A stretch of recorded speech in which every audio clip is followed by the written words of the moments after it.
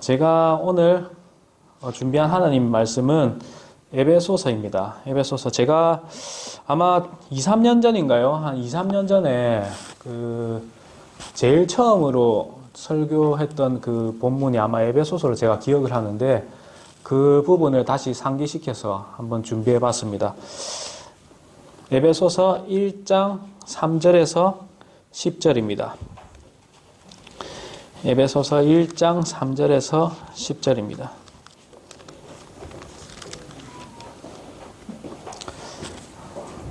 다 같이 일어나셔서 교독하도록 하겠습니다. 제가 먼저 읽겠습니다. 하나님 곧 우리 주 예수 그리스도의 아버지를 찬송하리로다.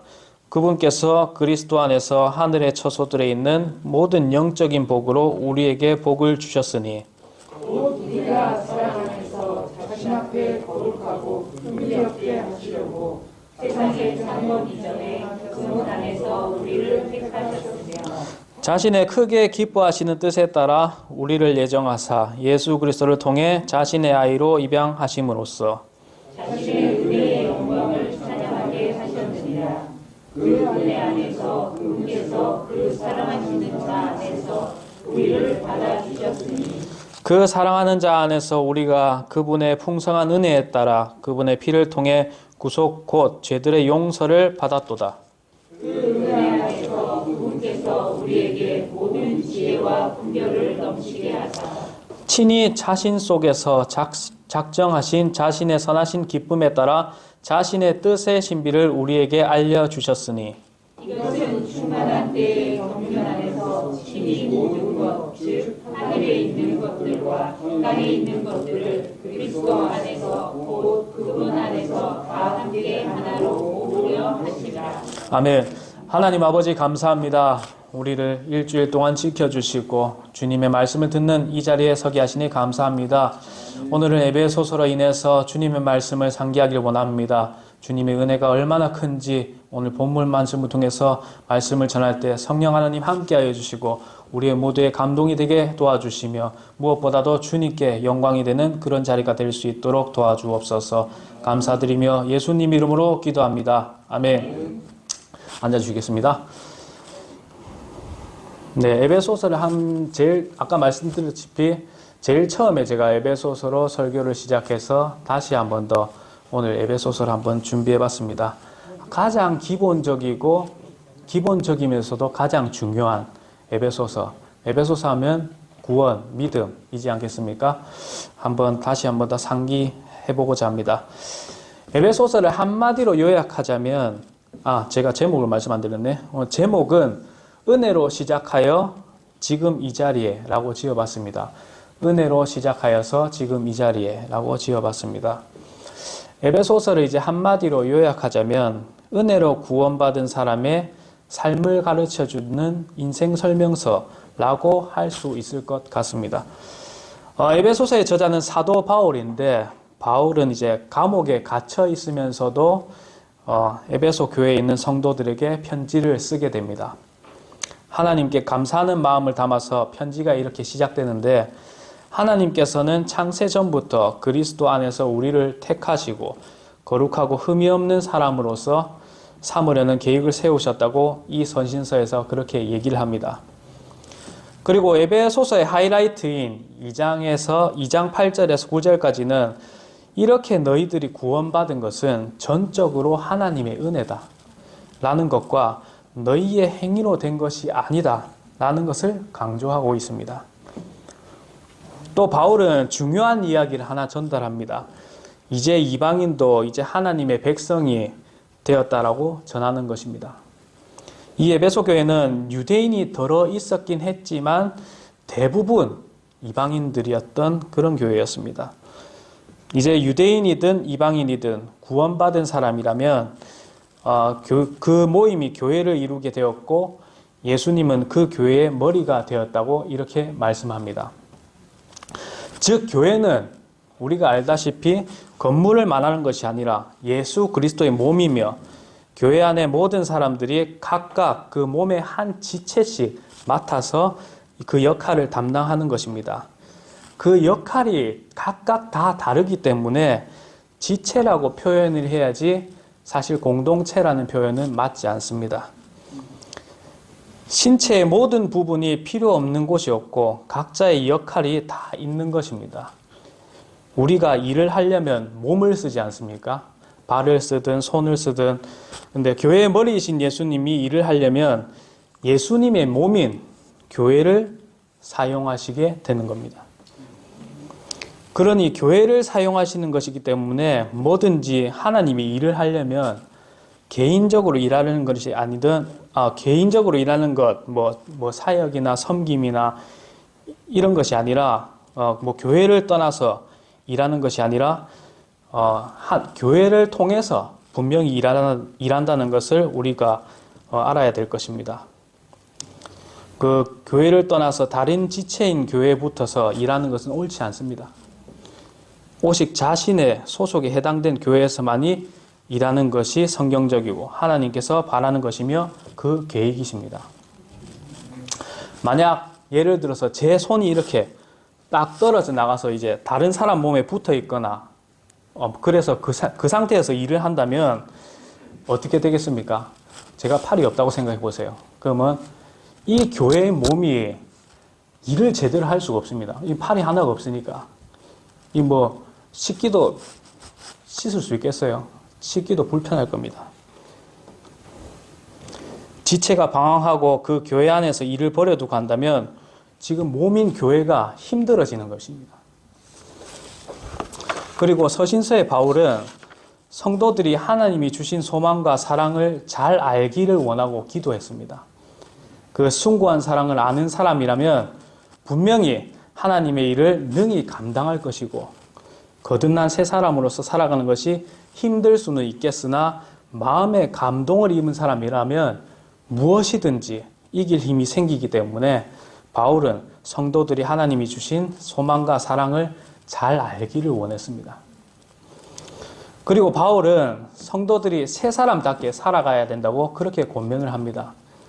이전처럼 욕심과 죄에 이끌려 살던 옛 사람을 모습을 버려버리고 주님을 닮은 새 사람으로서 살아가라고 이야기합니다. 거짓을 버리고 진리를 말하며 분노 대신 용서하며 또 어둠의 일을 멀리하고 빛의 자녀답게 성령으로 충만하며 시와 찬송가와 영적 노래로 나아가야 된다고 가르칩니다. 이 에베소서에서는 가정과 사회에서의 질서 있는 관계에 대해서도 이야기하면서 아내는 남편을 존중하고 남편은 아내를 그리스도께서 교회를 사랑하신 것처럼 희생적으로 사랑해야 된다고 말씀합니다.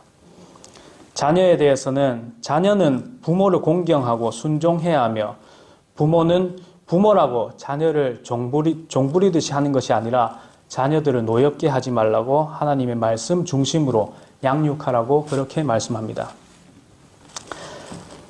사회에서는 직장에서 직장 상사와의 관계 또는 직원과의 관계에 대해서 하나님 앞에서 공정하게 대해야 된다고 그렇게 권면합니다.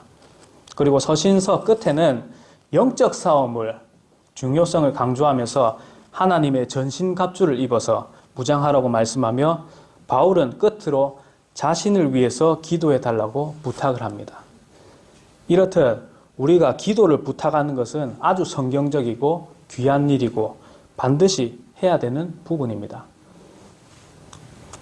사람은 짐승과 다른 점이 있습니다. 그것이 무엇이냐면 짐승은 진리에 대해서 관심이 전혀 없지만 사람은 하나님의 진리를 발견하고 그대로 실천하며 살아야 한다는 것입니다. 사람이 하나님의 진리의 말씀을 떠나 산다면 허무하고 공허하고 또 본능대로만 살아가는 짐승 같은 삶이 되어버립니다. 진리는 한낱 인간에게는 과분한 것이고 사실 원래 어울릴 수가 없습니다. 그러나 그 연결시켜주는 그 고리가 있으니 그것이 바로 예수 그리스도인 것입니다. 이 예수님을 내어주신 것이 진짜 하나님의 큰 은혜입니다. 은혜는 받을 자격이 없는데도 불구하고 사랑으로 값없이 주는 사랑입니다. 세상으로 주고받는 것, give and take, 그것이 아니라 그저 주시는 그 사랑입니다. 그러니까 우리 성도들 간에도 give and take, 이런 사랑을 하는 것이 아니라 그저 주는 사랑, 그런 사랑을 실천함이 반드시 필요합니다. 죽을 수밖에 없는 우리였지만 아무 공로도 없이 죄에서 완전히 용서받고 거룩한 하나님의 백성이 된 것이 하나님의 은혜입니다. 우리에게 베푸신 하나님의 은혜에 대해서 이 서신서 에베소서에서는 어떻게 말씀하는지 본문과 연결해서 한번 살펴보도록 하겠습니다. 첫 번째로 하나님께서 우리를 택하여 주셨습니다. 에베소서 1장 3절입니다. 하나님 곧 우리 주 예수 그리스도의 아버지를 찬송하리로다. 그분께서 그리스도 안에서 하늘의 처소들에 있는 모든 영적인 복으로 우리에게 복을 주셨으니, 우리가 영적인 복을 누린다는 것은 전적으로 하나님의 은혜입니다. 여기 방금 읽은 에베소서 1장 3절에서 영적인 복으로 우리에게 복을 주셨다고 이렇게 얘기합니다. 우리가 누릴 복은 크게 두 가지가 있습니다. 첫 번째로는 육적인 이 땅의 복과 그리고 영적인 복, 이렇게 두 가지를 말씀할 수가 있겠습니다. 신약 시대와는 좀 다르게 구약 시대의 복은 대부분 이 땅에서의 복, 육신적인 복, 이런 것을 많이 의미합니다. 이 구약 시대의 복은 이 땅에서 부귀영화를 누리며 건강하고 또 장수하면서 모든 일에 만사형통하게 되는 것을 이야기합니다. 그래서 구약 인물들의 많은 사람들이 부한 사람들이 많았습니다. 아브라함 있고 다윗 있고 솔로몬 있고 요압이 있고 다 부한 사람들이었습니다. 아닌 사람들도 있겠지만 주요 사건의 중심에 해당되는 사람들 중에 거의 대부분이 부한 사람들이었습니다. 그러나 지금 우리는 신약 시대에 살고 있습니다. 이 땅의 복도 중요하지만 그 복만으로는 모든 것이 해결되었다고 할 수 없을 것입니다. 인생을 사는 데에는 한 80년이면 거의 끝나지만 우리에게는 영혼이 있기 때문에 영적인 문제가 반드시 해결되어야 합니다. 그것을 위해 영적인 복이 있어야 되는 것입니다. 구약시대에는 육적인 복이 중심이라고 말할 수 있겠습니다만 지금 신약시대에 오면서 육적인 복과 영적인 복이 어우러집니다. 구약에도 오해하지 마세요. 구약에도 영적인 복이 없다는 그런 말이 아닙니다. 지금 이 시대에 우리의 복은 영적인 복뿐만 아니라 육신적인 복도 어우러져야 우리 그리스도인의 삶이 한층 더 귀하고 값지게 되는 것입니다. 여기서 더 중요한 우리의 영적인 복은 하나님의 은혜로 받게 되는 것입니다. 그것이 바로 우리를 자녀 삼아 주시고 받아 주신 것, 그것입니다. 에베소서 1장 4절에서 5절입니다. 곧 우리가 사랑 안에서 자신 앞에 거룩하고 흠이 없게 하시려고 세상의 창건 이전에 그분 안에서 우리를 택하셨으며 자신의 크게 기뻐하시는 뜻에 따라 우리를 예정하사 예수 그리스도를 통해 자신의 아이로 입양하심으로써 우리는 정말 거룩하신 분 앞에서 받아들일 수 없는 그런 존재였습니다. 그러나 하나님께서 예수 그리스도를 통하여서 하나님의 자녀로 받아주신 것입니다. 자신이 정말 죽을 수밖에 없는 죄인이고 하나님 앞에서 벌레만도 못한 존재라고 여겼었다면 하나님께서 자신을 받아준 것에 대해 감사가 없을 수 없을 것입니다. 과거에 우리는 하나님으로부터 멀리 있던 자였으나 이런 우리를 용서하시고 하나님의 자녀로 받아주셨습니다. 원래 우리는 이방인으로서 하나님으로부터 멀리 떨어져 있는 존재였고 하나님 밖에 있던 그런 자였습니다. 그렇다면 우리가 어떻게 하나님과 가까워지겠습니까? 에베소서 2장 13절입니다. 한때 멀리 떨어져 있던 너희가 이제는 그리스도 예수님 안에서 그리스도의 피로 가까워졌느니라. 그리스도 예수님의 피로 하나님과 가까워졌다고 이렇게 성경이 말씀합니다. 쉽게 설명하면 하나님과 나 사이에 큰 강이 있다고 이렇게 칩시다. 그 강 때문에 내가 하나님에게 지금 건너갈 수 없는 상태입니다. 그러나 하나님의 피로, 예수님의 피로 만든 다리를 놓아서 우리가 하나님에게 가까이 갈 수 있는 것입니다. 다른 것으로는 만들 수 없고 오직 예수님의 피로만 만들 수 있는 달입니다. 우리가 뭐 물건을 만들 때 정해진 재료로 만들지 않으면 그게 올바른 역할을 할 수 없습니다. 그러니까 이 다리는 반드시 예수님의 피로 만들어져야 되는 것입니다. 그것으로 인해 우리가 하나님과 가깝게 되는 것입니다. 이것이 또한 하나님의 은혜입니다. 두 번째로 하나님께서 우리의 죄를 용서해 주셨다는 것입니다. 에베소서 1장 7절입니다. 그 사랑하시는 자 안에서 우리가 그분의 풍성한 은혜에 따라 그분의 피를 통해 구속 곧 죄들의 용서를 받았도다. 하나님께서는 우리를 자녀로 받아주셨을 뿐만 아니라 우리의 죄까지 모든 것을 용서해 주셨습니다. 자녀라도 죄가 남아있다면 어떻겠습니까? 당연히 가정에서는 부모에게 야단 맞을 것이고 잘못한 자녀는 불안에 떨 것입니다. 그런데 그 죄를 무엇으로 용서해 주셨습니까? 예수님의 피로 용서하셨고 우리는 구속함을 받은 것입니다. 구속이 무엇입니까? 이거예요? 아니죠. 죄를 사하시려고 대신 대가를 지불하고 우리를 사서 해방시켰다라는 것입니다. 그 죄값을 예수님의 피로 다 지불하고 무죄 판정을 받는 것, 그것이 구속이라는 것입니다. 다른 것으로는 낼 수 없습니다. 우리가 물건을 사려면 다른 것 말고도 꼭 돈을 내야 살 수 있잖아요. 그렇듯이 이 죄값을 지불하는 것은 예수님의 피만이 가능한 것입니다. 그렇게 하여서 우리는 완전히 용서함을 받았습니다. 히브리서 10장 17절에서 18절입니다. 히브리서 10장 17절에서 18절입니다. 또 내가 그들의 죄들과 불법들을 다시는 기억하지 아니하리라 하셨으니라. 이제 이것들의 사면이 있는 곳에서는 다시는 죄로 인한 헌물이 없느니라. 방금 읽은 히브리서에 보면 하나님께서는 우리의 용서받은 죄들을 다시는 기억하지도 않는다고 하셨습니다. 성경에서 이야기하는 용서라는 것은 죄를 사하여 준다는 것인데 완전히 없애버린다, 그런 뜻입니다. 우리를 완전히 죄 지은 적이 없는 사람처럼, 원래부터 깨끗한 사람이었던 것처럼 그렇게 하나님께서 우리를 보신다는 것입니다. 그게 얼마나 큰 은혜입니까? 그리고 더 이상 죄로 인한 헌물은 드릴 필요가 없다고 18절에서 이야기합니다. 예수님께서 직접 희생물이 되셔서 단 한 번 영원한 제사를 드렸기 때문에 그렇습니다. 그러므로 인해서 예수님의 피, 하나님의 피로 인해 우리가 깨끗하게 되었습니다. 지금 우리는 다 용서받은 사람들입니다. 세상 사람들은 아직 용서받지 못한 사람들입니다. 이 용서받지 못한 채로 생을 마감한다면 그 뒤의 삶은 영원한 삶이기 때문에 영원히 형벌을 받아야 됩니다. 용서와 용납이라는 말이 있습니다. 우리는 방금 이야기한 것처럼 용서받은 사람들이지만 세상 사람들은 용서는 받지 못하고 용납받은 사람들입니다.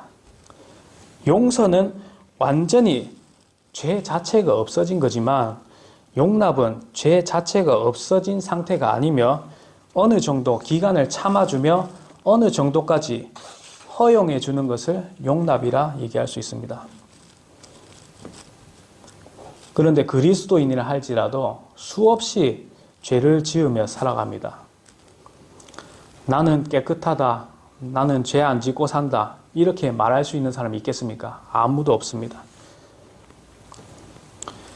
나는 죄 안 지으며 살아간다고 생각하는 사람은 왜 그렇습니까? 하나님을 두려워하지 않고 그저 은혜, 그저 은혜, 그저 은혜 이렇게 외치는 사람은 그 큰 은혜를 가볍게 생각하고 말씀을 떠나 자신의 느낌과 생각으로 살기 때문입니다. 또는 용서해 주시겠지. 물론 모든 것을 용서하십니다. 또는 용서해 주시겠지라는 그냥 안일한 생각과 은혜를 가볍게 여기고 반복적으로 죄를 범하게 된다면 그리스도인으로서 바른 삶을 사는 것은 아닙니다. 그동안 내가 죄인이고 예수 그리스도를 믿지 않았던 죄를 회개하면 용서받아서 지옥에 가진 않지만 계속 반복되는 이 자백 없는 자범죄는 용서가 아닌 용납의 상태가 됨으로써 용납은 용서와 달리 어느 정도 한계선이 있기 때문에 어느 정도 한계선이 도달하면 하나님의 징계 또는 상급이 쌓아놓았던 상급을 잃어버리는 것을 기억해야 될 것입니다. 하나님 앞에서 칭찬받는 자는 하나님을 두려워하는 사람입니다. 제가 저번 설교에도 그 가늠한 여인을 잠깐 예를 들었습니다. 요한복음 8장에 나오는 가늠하다가 붙잡힌 여인이 있었습니다. 그때 예수님께서 나도 너를 정죄하지 아니하노니 가서 다시는 죄를 짓지 말라. 이렇게 하셨습니다. 이 말씀은 이 가늠한 여자뿐만 아니라 우리에게도 사실 적용이 됩니다. 하나님의 은혜로 구원받은 사람이 또다시 죄를 짓는 삶을 살아선 안 됩니다. 예수님의 이 말씀을 생각하며 따르는 삶이 그리스도인으로서 당연하고 올바른 생활인 것입니다. 성경의 몇몇 인물들 중에 마태는 세금 징수원으로서 많은 부당한 이익을 취했을 것입니다. 그래서 세리는 그 당시에 정말 동물보다 못한 취급을 받았었습니다. 사마리아 여인도 음행을 저질렀던 그런 사람입니다. 그리고 삭개오도 많은 탐욕으로 살았던 그런 사람입니다. 그러나 이들 모두가 하나님의 은혜를 받고 나서는 다시는 이전 생활로 가지 않았습니다. 우리가 죄된 몸을 입고 있기 때문에 완벽하게 죄를 안 지을 순 없습니다. 그러나 하나님의 은혜를 알고 돌아섰던 그 부분은 인식하고 예전에 죄된 습관, 생각, 행동으로는 돌아가지 않도록 해야 할 것입니다. 정말 은혜를 기억하는 사람은 아직 부족한 것을 바라보는 것이 아니라 이미 받은 것을 셉니다. 그래서 찬송가 중에서도 주신 복을 세어보아라 라는 말이 있습니다. 은혜를 잊을 사람은 그 은혜라는 공간 속에 불만과 비교가 자리를 차지해버립니다.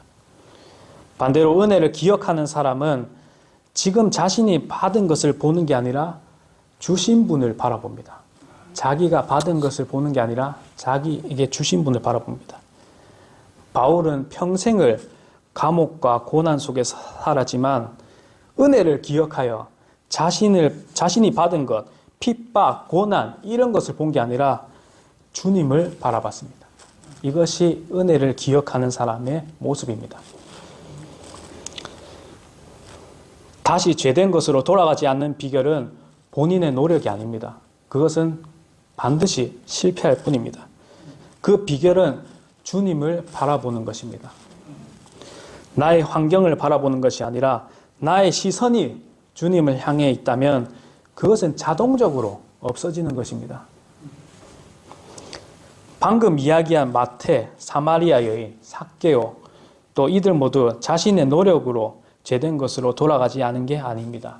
시선을 주님으로 향해 있었기 때문에 예전으로 돌아가지 않았던 것입니다. 그러니 저와 여러분들도 시선을 주께 돌려서 죄된 것을 이기는 저와 여러분들이 되길 원합니다. 이것이 주님의 말씀을 지키는 그런 삶입니다. 그리고 세 번째로 우리는 믿음으로 구원받은 것입니다. 우리는 잘 알고 있습니다. 에베소서 2장 8절입니다. 너희가 믿음을 통해 은혜로 구원을 받았나니 그것은 너희 자신에게서 난 것이 아니요 하나님의 선물이라. 우리의 허물과 죄로 인하여서 하나님의 진노를 받을 수밖에 없고 멸망당할 수밖에 없는 존재였습니다. 그러나 예수 그리스도를 믿는 믿음으로 우리는 구원을 받았습니다. 여기서 우리는 아무것도 한 게 없습니다. 어떤 행위 하나도 들어가지 않았습니다. 그저 믿음만 가진 것뿐인데 하나님께서 선물로 주셨다고 성경에서 이렇게 말씀합니다. 이것이 하나님의 은혜입니다. 만약 노력으로 구원받은 것이라면 그에 대한 보상이지 은혜가 아닌 것입니다. 이 믿음을 가진 것조차도 하나님의 은혜입니다. 이 믿음으로 우리는 구원을 받은 사람들이기 때문에 주님의 자녀로서 우리는 이제 당당하게 살아갈 수 있게 됩니다. 구원받은 사람은 어떤 환경에 처할지라도 극복할 수 있는 힘과 능력이 생깁니다. 구원받은 하나님의 사람들이 환경과 처지를 극복하였던 역사적인 사건들이 있지 않겠습니까? 우리 그 구약에 보면 다니엘과 세 친구가 있습니다. 다니엘은 사자굴에 던져졌지만 사자들의 입을 막아서 보호를 받았고, 그 세 친구들은 느부갓네살 왕이 금신상을 세워놓고 이제 절을 하지 않으면 불 속에 집어넣겠다고 했는데, 그 세 친구들은 당당하게 절하지 않았습니다. 하나님을 완전히 의지했습니다. 그런데 불 가운데서도 타지 않았던 그런 역사가 일어났습니다. 이것이 다 믿음에서 시작된 것입니다. 세상에서 어려운 환경 속에서 우리를 살릴 수 있는 것은 돈이나 직업, 젊음이나 명예, 자신의 노력 같은 것이 아닙니다. 이 세상에서 그 무엇으로도 우리를 살릴 수 있는 것은 단 하나도 없습니다. 우리에게 이런 것이 없어져도 다시 일어날 수 있는 건 믿음으로 행하는 그리스도인의 용기입니다. 오직 예수 그리스도를 믿음으로 구원받은 자가 되었기 때문에 죽음을 두려워하지 않고 당당하게 살아갈 수 있는 것입니다. 다시 말해 우리의 혼이 구원받은 것도 맞지만 이 험한 세상으로부터 하나님의 은혜로 생활로부터도 구원받습니다. 시편 34편 4절입니다. 시편 34편 4절입니다. 다 같이 한번 읽어볼까요?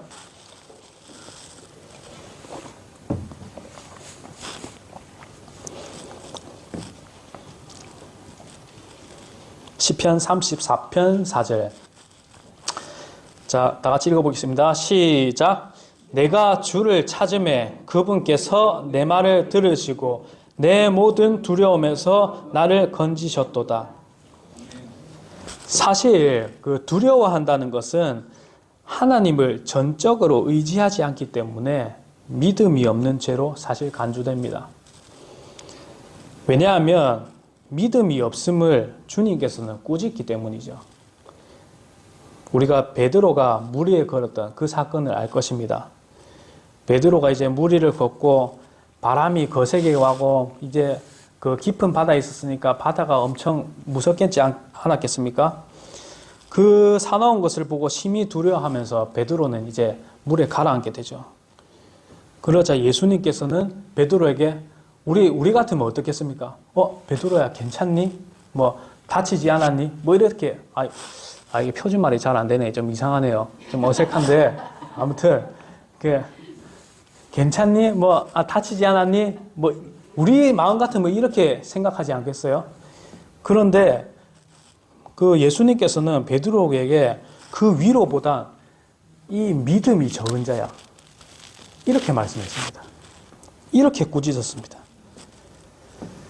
스스로의 힘으로는 이 두려움을 도저히 이길 수 없다는 것을 하나님 앞에 다 내어놓으면 하나님께서는 이길 힘을 주십니다. 이것이 그리스도인의 승리의 삶입니다. 이것을 이김으로 승리의 기쁨과 희열로 더욱더 기뻐하는 그리스도인으로 성장하는 것입니다. 우리가 구원받았다 함은 지옥의 형벌로만 구원받은 것으로 생각할 때가 되게 많습니다. 그러나 험한 세상으로부터 주님께서는 믿음을 내어놓은 그리스도인이라면 눈동자같이 지켜 보호하실 것입니다. 세상의 환난으로 인해 처한 상황과 환경에 도저히 이길 수 없을 것 같아서 그런 마음이 넘쳐나면 그래도 주님께서 능력을 분명히 주십니다. 그 힘으로 살아갈 수 있습니다. 이것이 그리스도인의 승리하는 삶입니다. 매번 승리하십니까? 아니면 매번 패배하십니까? 승리의 삶으로 기쁨이 넘치는 삶이 되는 저와 여러분들이 되길 원합니다. 마지막으로 우리를 하나님의 일꾼으로 삼아주신다는 것입니다. 개혁이라는 말이 있습니다.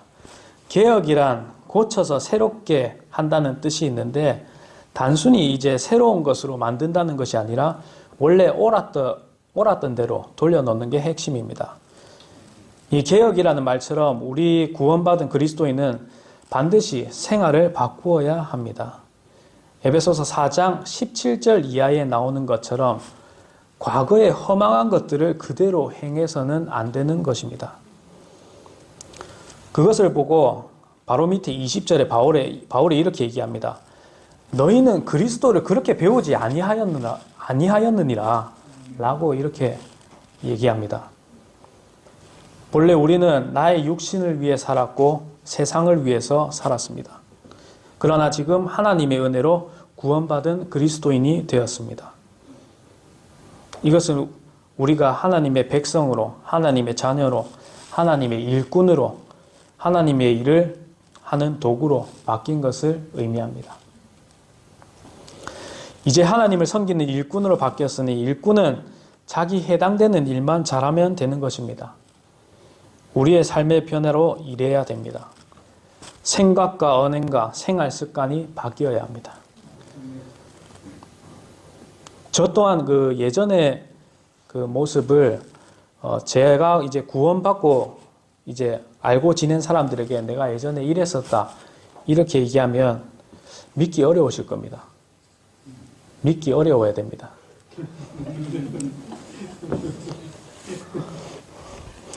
그 예전 모습, 그 사탄의 자녀로 살 때 습관 모두 청산해야 됩니다. 에베소서 4장 30절입니다. 하나님의 거룩한 영을 슬프게 하지 말라. 그분으로 말미암아 너희가 구속의 날까지 봉인되었느니라. 하나님의 길을 떠나서 허망한 것으로 인생을 낭비하고 욕심으로 살며 방탕하고 거짓을 행하고 분을 품고 도적질하고 더러운 말을 하는 등의 악행을 행하여서 하나님의 거룩한 영, 성령을 근심하게 해서는 안 될 것입니다. 예전의 모습을 한 번만에 확 청산한다는 것은 매우 어려운 일이고 정말 힘든 일입니다. 그러나 이제 과거의 사도들의 모습과 대언자들의 모습을 보면 처음에는 부족한 면이 보이는 것을 우리가 볼 수 있습니다. 그렇지만 한 단계 한 단계 성화되어가는 모습을 볼 수 있습니다. 하나하나씩 청산해 가야 됩니다. 하나님께서는 비싼 금그릇, 은그릇 이런 것을 사용하시는 게 아니라 깨끗한 그릇을 사용하시는 분입니다. 우리가 변화된 삶으로 깨끗한 삶으로 산다면 하나님께서는 우리를 큰 일꾼으로 써주십니다. 사회에서도 성실하고 착한 사람을 일꾼으로 쓰거나 소개해 주려고 하지 그렇지 않고 게으름만 피우고 불만만 많은 사람들을 누가 쓰고 소개해 주겠습니까? 우리는 지금 구원받음으로 내적 변화가 일어난 사람입니다. 그리스도인으로서 신분이 바뀌었습니다. 그러니 이제 외적 변화로 열매를 맺어 하나님의 일꾼이 되도록 합시다. 에베소서 2장 7절입니다. 이것은 그분께서 그리스도 예수님을 통해 우리에게 베푸신 친절 속에 담긴 자신의 은혜의 지극히 풍성함을 다가오는 시대들 속에서 보여주려 하십니다.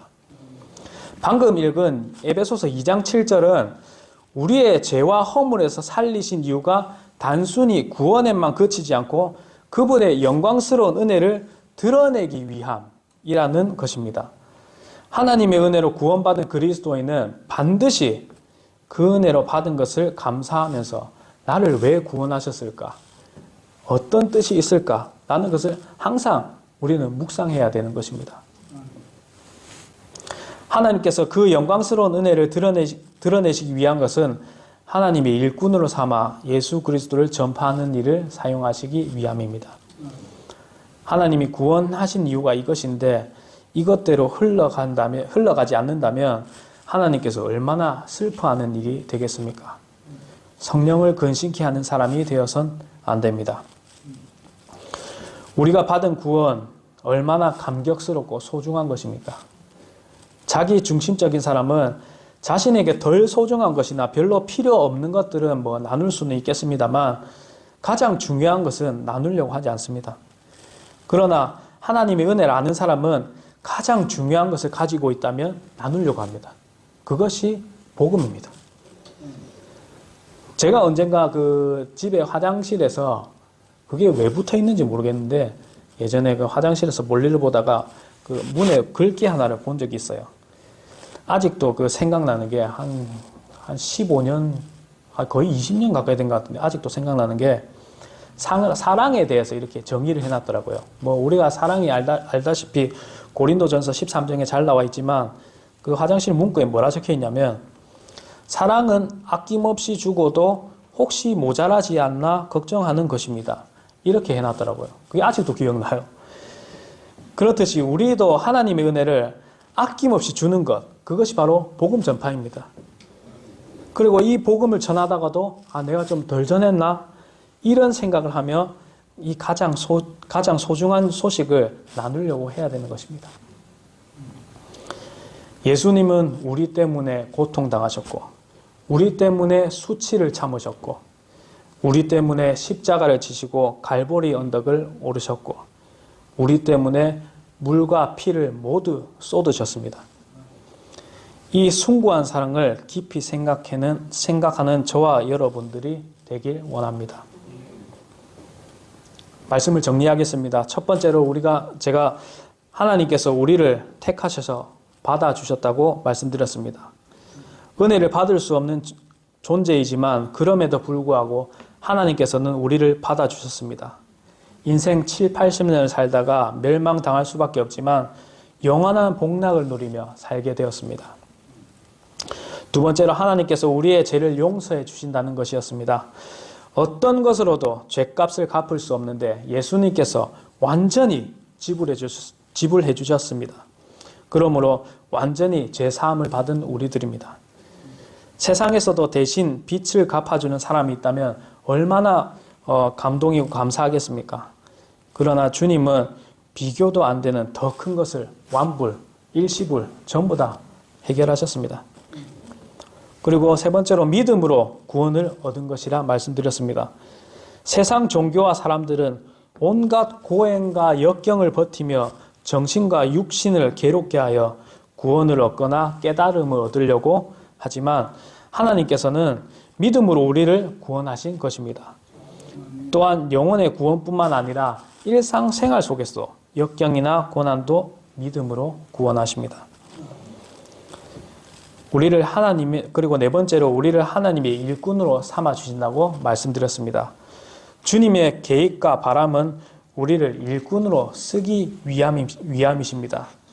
그러니 구원해놓고 가만두시는 게 아니라 우리들을 통하여 일하기를 원하십니다. 그러니 우리는 주님의 몸된 교회로서 이 울산 중앙성서 침례교회를 통하여 신실하게 일하는 저와 여러분들이 되길 원합니다. 기도하시겠습니다.